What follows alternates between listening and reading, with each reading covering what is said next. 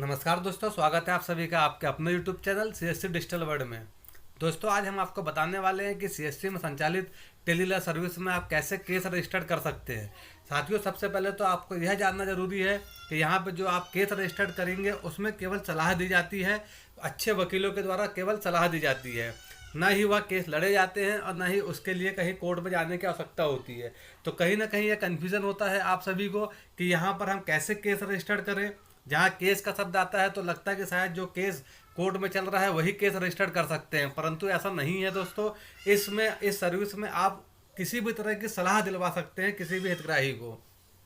इस बात का ध्यान देंगे, अगर किसी हितग्राही को कोई समस्या है जिस समस्या के लिए उसे वकीलों के पास जाना होता है और वकीलों से सलाह लेनी होती है, उसी समस्या के लिए आप उस समस्या को रजिस्टर करके उन्हें यहाँ वकीलों से सलाह दिलवा सकते हैं बहुत ही आसानी से। तो आइए दोस्तों, हम आपको बताते हैं, यह बहुत अच्छी सर्विस है CSC की।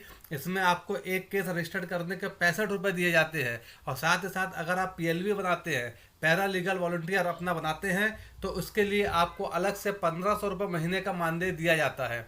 उसे कैसे बनाना है इसका भी हम प्रोसेस बताएंगे आगे। आप आई बटन में देखिए PLV रजिस्ट्रेशन का प्रोसेस दिया हुआ है, आप मेरे वीडियो में जाकर वो देख सकते हैं। तो आइए दोस्तों, आज हम आपको बताते हैं, अगर आप CSC BLE है और पहली बार आप अगर केस रजिस्टर कर रहे हैं तो कैसे केस रजिस्टर करेंगे। दोस्तों इस वीडियो में हम आपको पूरा प्रोसेस बताएंगे कि आप कैसे बहुत ही आसानी से किसी भी व्यक्ति की समस्या को इसमें रजिस्टर करके उसे सलाह दिलवा सकते हैं। दोस्तों अगर आप CSC BLE हैं तो या तो आप डिजिटल सेवा के पोर्टल से जा करके लॉगिन करके सीधे आप लॉ सर्च करेंगे या टेलीलॉ सर्च करेंगे तो आपके सामने टेलीलॉ का पोर्टल आ जाता है, या फिर आप सीधे टेलीलॉ की साइट पे भी जा सकते हैं। देखिए दोस्तों, इसका लिंक मैंने नीचे डिस्क्रिप्शन में दिया हुआ है, आप नीचे लिंक में से डायरेक्ट भी लॉगिन करके इस पोर्टल पे आ सकते हैं। जैसे हम दोस्तों इस पोर्टल पे आते हैं, यहाँ देखिए आप ऑप्शन दिया हुआ है लॉगिन साइन अप का ऑप्शन दिया हुआ है। यहाँ पर आप जाकर के क्लिक करेंगे तो इस तरह से दो ऑप्शन यहाँ ओपन होंगे, फर्स्ट लॉगिन, सेकंड बेनिफिशियरी। यहाँ दोस्तों बेनिफिशियरी डायरेक्ट भी अपना केस रजिस्टर कर सकते हैं, पर आप CSC BLE है, आपको इससे एक अच्छी इनकम होना है तो आप ही यहाँ से केस रजिस्टर करें। तो हम यहाँ दोस्तों लॉगिन पे जाकर के आप जैसे ही क्लिक करेंगे तो आपके सामने यह पेज ओपन हो जाएगा। इस पेज में आप देखेंगे फर्स्ट दिया हुआ है रोल। दोस्तों यहाँ पर आप जब क्लिक करते हैं तो आपके सामने कई सारे ऑप्शन ओपन हो जाते हैं। आप देखें यहाँ एप्लीकेंट, एडवोकेट, PLV और BLE, चार ऑप्शन ओपन है। तो आपको क्योंकि यहाँ BLE से लॉगिन करना है तो आप यहाँ BLE के ऑप्शन पे सेलेक्ट करते हैं। जैसे हम सेलेक्ट करेंगे देखिए आपके सामने अब CSC कनेक्ट का एक ऑप्शन आ चुका है, इसे आप क्लिक करेंगे तो आप CSC के पेज पर पहुँच जाएंगे। वापस से आप डिजिटल सेवा के पेज पर आ जाते हैं, जहां पर जाकर के आपको आपकी पहली बार प्रोफाइल अपडेट करनी होती है। तो दोस्तों हमने क्योंकि इसे पहले से ही लॉगिन किया हुआ है तो इसलिए इन्होंने डायरेक्ट हमें इस पेज पे ले आया है। अगर आप फर्स्ट टाइम लॉगिन करेंगे तो आपके सामने इस तरह से डिजिटल सेवा का पेज ओपन हो जाएगा, जहां आपको आपका यूज़र नेम, आपका पासवर्ड और आप इस कैप्चा को फिल करके साइन इन करेंगे। जैसे आप साइन इन करेंगे तो आप इस पेज पर रिडायरेक्ट हो जाते हैं और यहाँ जब आप फर्स्ट टाइम पहली बार अगर आप इसमें लॉगिन कर रहे हैं इस पेज पे तो आपको पहली बार अपनी प्रोफाइल यहाँ अपडेट करनी होगी। आप जैसे ही लॉगिन करते हैं तो देखिए दोस्तों यहाँ एडिट BLE का एक ऑप्शन ओपन होगा, यहाँ आप अपनी प्रोफाइल को पहली बार लॉगिन करें। आप वैसे तो यहाँ सारी जानकारी पहले से ही भरी हुई है, दी हुई होती है। मान लीजिए कोई ऑप्शन खाली है तो आप उसे यहाँ फुलफिल करेंगे और इसे सेव करेंगे। देखिए दोस्तों, जैसे कि हम इस प्रोफाइल में देख सकते हैं यहाँ मोबाइल नंबर हमारा ब्लैंक है, यहाँ आपको एक पासवर्ड क्रिएट करना होगा। यहाँ एक आपको पासवर्ड है उसको रिटाइप करेंगे, साथ में आप यहाँ स्टेट, आपकी डिस्ट्रिक्ट कौन सी है, आपका ब्लॉक कौन सा है, पंचायत कौन सा है, विलेज कौन सा है, ये सारी डिटेल आपको यहाँ फुलफिल करनी होगी।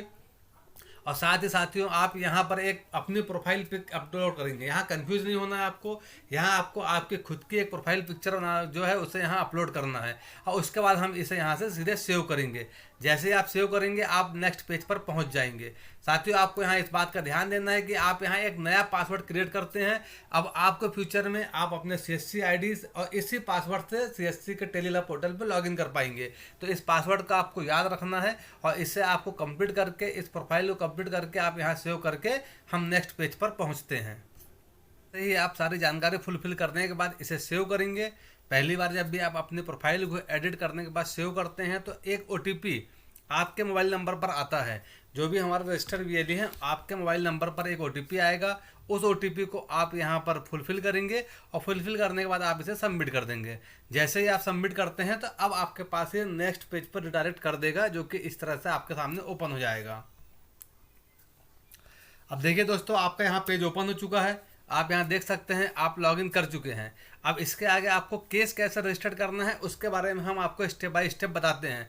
आप देखिए यहाँ पर ये पूरा दिया हुआ है, होम पेज दिया हुआ है, यहाँ बेनिफिशियरी लिस्ट दी हुई है, यहाँ पीएलबी का ऑप्शन है जहाँ से कि आप पीएलबी क्रिएट कर सकते हैं और पीएलबी की लिस्ट भी देख सकते हैं। अगर आपको पीएलबी क्रिएट करना है तो आप यहाँ से जाकर के कोई अपना पीएलबी बना सकते हैं।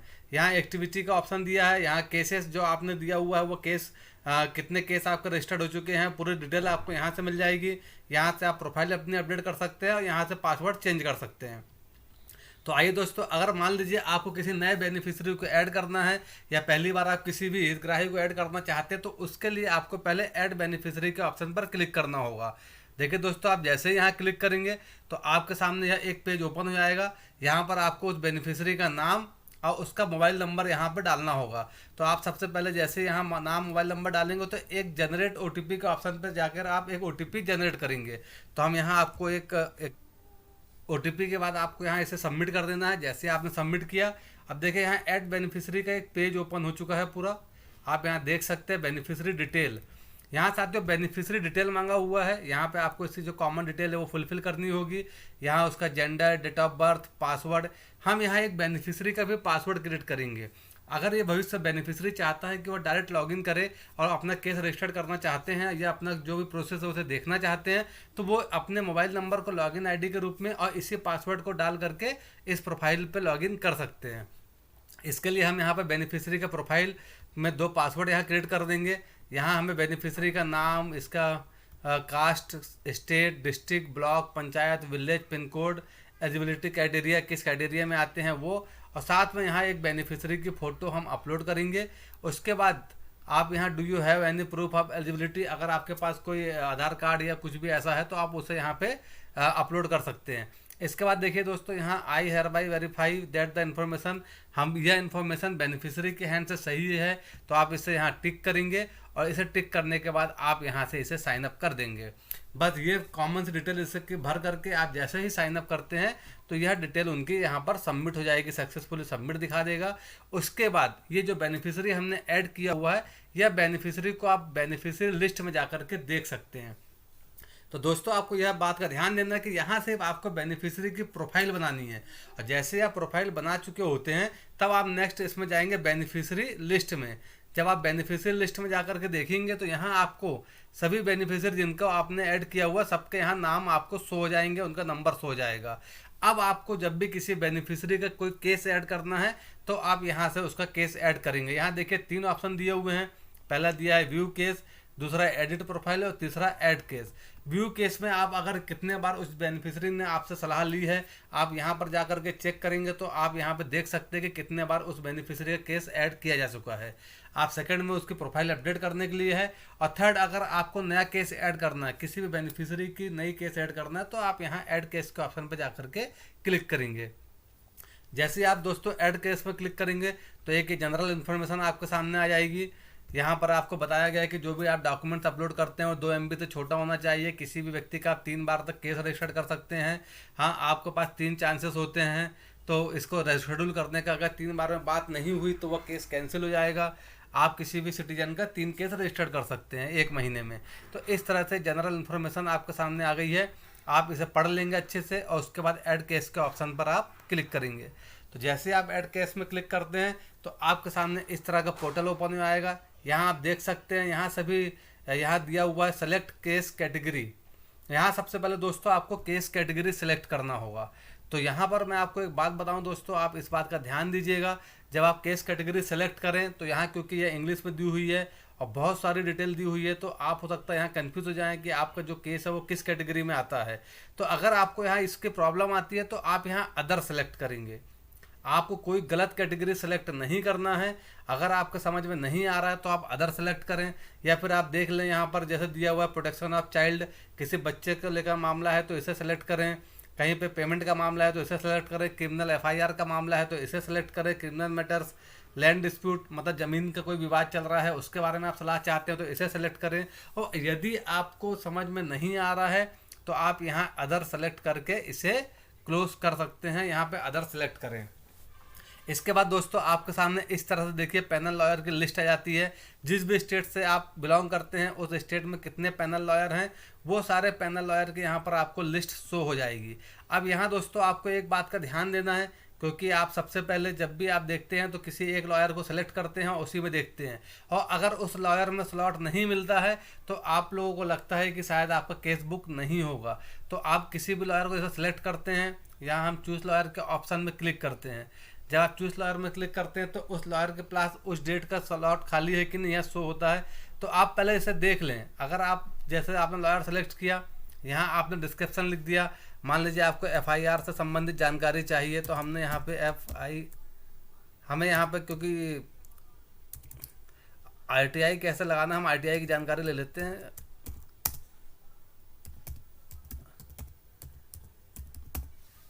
और उसके बाद हम देखते हैं यहाँ पर देखिए नीचे स्लॉट दिया हुआ है। लॉयर को सेलेक्ट करने के बाद उनका यहाँ स्लॉट दिया है और शायद इनके स्लॉट खाली नहीं है। आप देख सकते हैं यहाँ एक भी स्लॉट खाली नहीं दिखा रहा है, हम स्लॉट बुक नहीं कर पा रहे हैं। तो ऐसी स्थिति में दोस्तों आपको वापस से फिर जाना है और किसी दूसरे लॉयर को यहाँ पर सेलेक्ट करना होगा।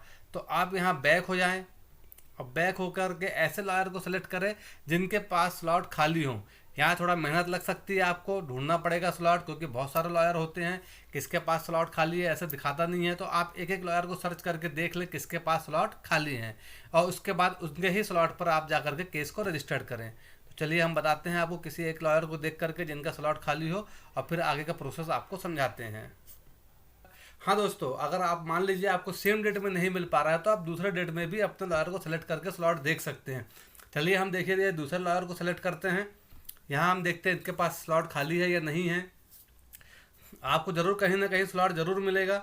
देखिए ये हमने इनका चेक किया, यहाँ पर हम देख लेते हैं जा कर के 2 से 4, 4 से 6।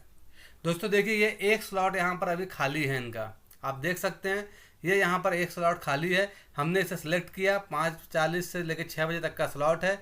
अब यहाँ से आप चाहें तो डेट बदल के भी स्लॉट देख सकते हैं किसी लॉयर का, आप अगली डेट में है कि नहीं, उसके अगली डेट में है कि नहीं।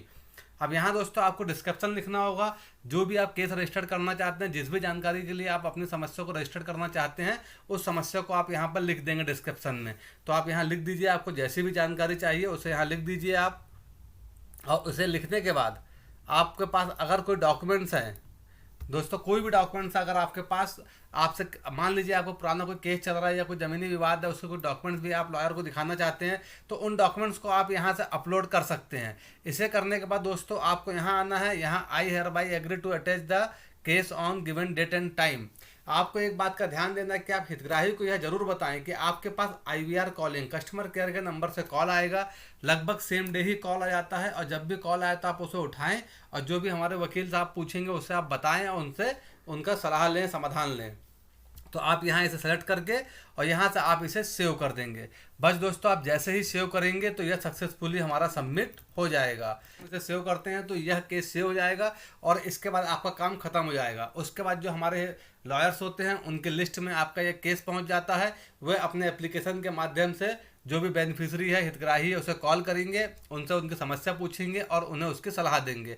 बस दोस्तों ये इतना सा प्रोसेस होता है। जैसे ही वह सलाह देते हैं इस केस को क्लोज कर देते हैं। उसके बाद इस केस का, एक केस का 65 रुपये आपका काउंट हो जाता है। यह पूरे महीने में आप जितने केस रजिस्टर करते हैं उसके केस के हिसाब से 65 रुपये प्रति केस के हिसाब से आपको पे आउट आता है। तो बस दोस्तों बहुत ही सिंपल सा काम है, आप इस सर्विस को ज़रूर करें और एक अच्छी इनकम इसके माध्यम से आप कर सकते हैं। आपका इसमें ज़्यादा कोई समय नहीं लगना है, ज़्यादा काम नहीं होना है। आप अपने आसपास के लोगों को इसके बारे में बताएं और इसमें अधिक से अधिक केस रजिस्टर्ड करें। बस दोस्तों बहुत ही आसान सा प्रोसेस है। अगर आपको इसमें कुछ भी डाउट, कुछ भी कन्फ्यूजन होता है तो आप मेरे मैसेज बॉक्स में जाकर मुझे मैसेज करें, मैं उसका आपको रिप्लाई दूंगा। बस दोस्तों अब इसी के साथ हम विदा लेना चाहेंगे। बस मेरा आपसे एक निवेदन है कि अगर आपने मेरे चैनल को अभी तक सब्सक्राइब नहीं किया तो सब्सक्राइब जरूर करो, बेल आइकॉन दबाना बिल्कुल ना भूलें। बस दोस्तों बहुत जल्द हम मिलेंगे अपने अगले वीडियो के साथ। जय हिंद दोस्तों।